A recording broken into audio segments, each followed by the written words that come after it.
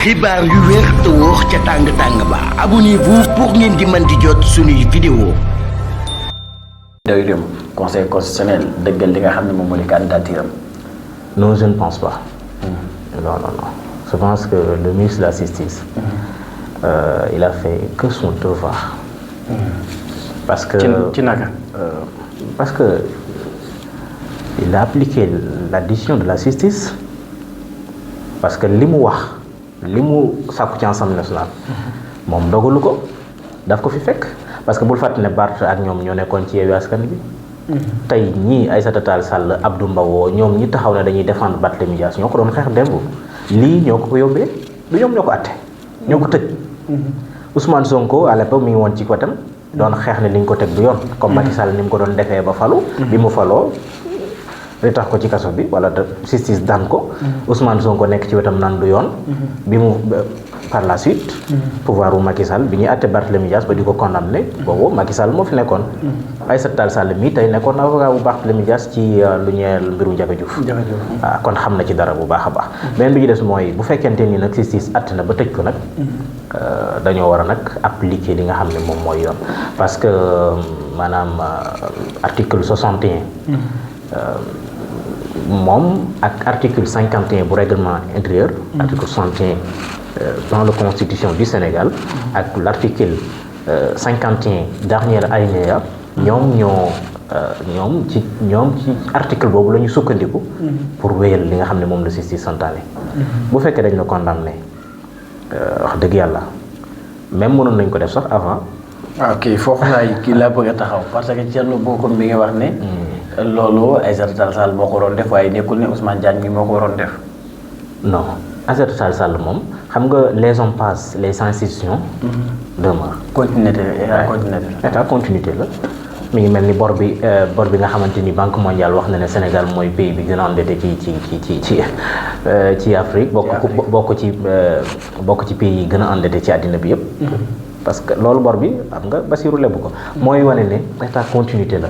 Aïssata Tall Sall def ko actuel ministre de la justice def ko Ousmane ñoo yem. dañu war à chaque fois ñuy appliquer justice warul am kumba am ndey ak kumba amul ndey. mais ñenn ñi dañuy wax ne. fu mu dàqee Barthélémy Dias. war nañ faa dàqee Ousmane Sonko. non Ousmane Sonko fu ñu koy dàq. ci ministre ci kii bi. ci ministre bi mu nekk rek. ñoom fu ñu ko sukkandiku. loolu la wax ñoom. xam nga juriste yi moom. ñoom dañuy faral di wax parce que ñoom ñoo ci am xam-xam dëgg. waaye Ousmane Sonko luñ koy dàqee lu ban condamnation la am bu ko mën a. Mame Ndiaye bi définitif. mais condamnation Mame Ndiaye. waaw tamit. yaa nga bëgg a dugal nag ci amnistie bi de. non amnistie bi daan fi ñëw parce que Aïssata Tall Sall wax na ci te dinañ ci ñëw ci kanam incha allah. xam nga dañoo indi benn loi d'amnistie Assemblée nationale. par la suite ci la Ousmane Sonko génn. ak ki nga xam ne moom mooy Bassirou Diomaye Diakhar Faye. mais loi d'amnistie boobu Barthélémy Dias bokk ci. Barthélémy Dias bokk ci. voilà loolu moom dëgg la. waaw léegi nag. parce que 2021 la ñu wax. voilà kon bu ñu bëggee di méngóole mbiru Ousmane Sonko ak mbiru Barth dafay nekk leneen. mais man damaa jaaxle maanaam loi d'amnistie bi.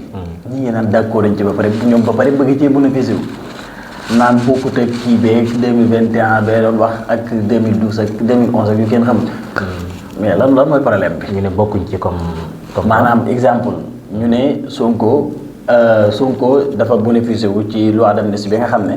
Macky Sall moo ko tëral ci jamono ba nga xam ne ngay waaj dem. te ñoom d'accord ci ba pare bëgg a continuer di doxal loolu. bëgg a continuer di wax ne dañ koy dindi. waaw maanaam bëgg a continuer di wax maanaam di bénéficié wu ci loolu ci bu ñu waxee ne moo ko Barthélémy Dias ñooy am. loi d'amnistie daal lu ci mën a xew moom. dañ cee war a dikkaat ci Assemblée nationale. te dañ ko war a dindi ba mu set wecc. Aïssata Tall Sall nee na kenn waru koo laal. non Aïssata Tall Sall moom day wax xalaatam rek waaye xam na ne justice moom ay loi moo ko fi teg justice la moo ko fi teg ay loi ko fi teg Assemblée nationale la ko defoon Assemblée nationale mën na ko dindi. waaw parce que ay loi la rek yu ñu fi teg li loxo def loxo mën na koo dindi te nag fii ci Sénégal ngay dégg ñuy jël ay nit naan leen ay sniper di nga dégg fi benn ministre de la République moo xam ministre de l'environnement la wala président de la République ñu ne commandé nañ ay armes par la suite nga gis ci mbedd mi ñuy dóor nit ñi ñuy tëdd direct ji di tuuru léegi nag il faut que ñu dellu siwaat ci loolu acte mbir mi ba mu leer nañ ñu teg ko ci yoon nit kenn ku ci nekk xam fan nga féete parce que man d'accorduma ci am réew ñuy dox ci am réew te lu dikk ñu bëlëfee ko mu jàll xanaa bu dee loolu kon Bassirou Diomaye Diakhar Faye toog fi comme buur di rey nit ñi di leen toroxal di leen tëj ci kaso yi su paree ñu indi loi d'amnistie ne amnistie nañ mbir mi ah est-ce que tu peux comprendre maanaam loolu man dama jàpp ne baaxul ci am réew ay loi d'amnistie yooyu moom dañ ko war a dindi ci àddina bi ba mu set wicc bu ñuy tëral ay loi warut nekk dañ koy def pour que ñenn ñi nga xamante ni ñoom ñooy kumba amul ndey ñoom tëdd dee ba nay wet ñenn ñi di ci bénéficier wu kon balaa caaga ñëpp dem doon ay politique lan mooy politique nit ki nga xamante ni dafay def politique mooy xam ne président de la république la wala muy ministre d'état wala muy opposant comme ci mënti doon bu fekkente ni da nga war a dem ci kanamu yoon da nga war a dem ci kanamu yoon bu fekkee dañoo abrogé loi d'amnistie bi ñu war a woo Ousmane Sonko nañ ko ñu war a woo Bassirou Diomaye Diakhar Faye nañ ko mais nañ fexe ba luñ ci góobee nañ ko gar parce que nag loolu dafa nekk yóbbante bu leen sénégalais yi jox boo xam ne moo taxoon ñu fal leen man ci ñi fal président Bassirou Diomaye Diakhar Faye ci la bokk fal aussi député bu ñuy wax président Birima Mangara su ma sañoon loi bi buy dikk Assemblée nationale ñu koy dindi ba mu set wicc bàyyi justice mu sëgg ci mbir moom parce que li xewoon Sénégal dafa doy waar man dama daan toog ñu may ménager ci da nga défendre ci da ngay wax nangam parce que da ngay défendre Ousmane Sonko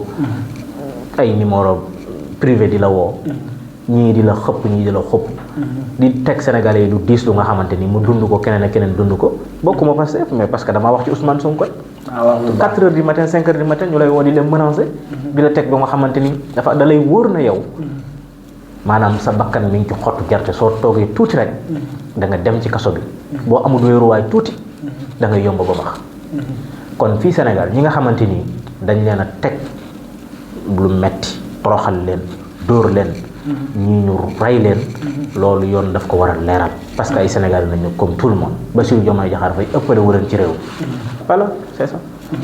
léegi dañu daal di des ci ki nga xam ne moom moo di ministre des télécommunications Aliou Sall su ma jumul waaw fan yi génnoon na fi doon wax ne dañuy defaraat li nga xam ne moom moo di presse bi waaye itam wax presse yi nga xam ne état reconnaître na leen waaye ñu gis ci ay télévision yu mag ay journaux yu mag yoo xam ne boolewul leen ci bu ci mel ne le quotidien bu Madiambal Diagne waaye itam gis Sen TV